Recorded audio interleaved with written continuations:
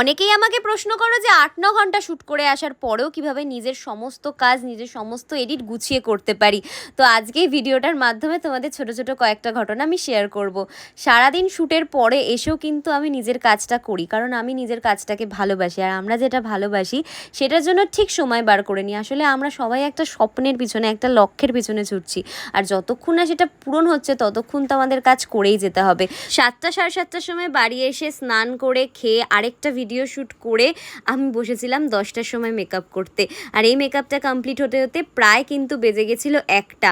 আর গোছাতে সমস্ত পরিষ্কার করতে করতে কিন্তু প্রায় 1:30-2টো। তারপরেও কিন্তু আমি এডিট করতে বসেছিলাম, আর পরের দিনও কিন্তু আমার ছিল শ্যুট। মেকআপ ভিডিও করতে করতে প্রায় পা ধরে যায়। 3 ঘন্টা টানা দাঁড়িয়ে থেকে আমাকে এই মেকআপ ভিডিওটা করতে হয়। আর সত্যি কথা বলতে আমাকে তো পারতেই হবে, পারতে তো হবেই, তাই না?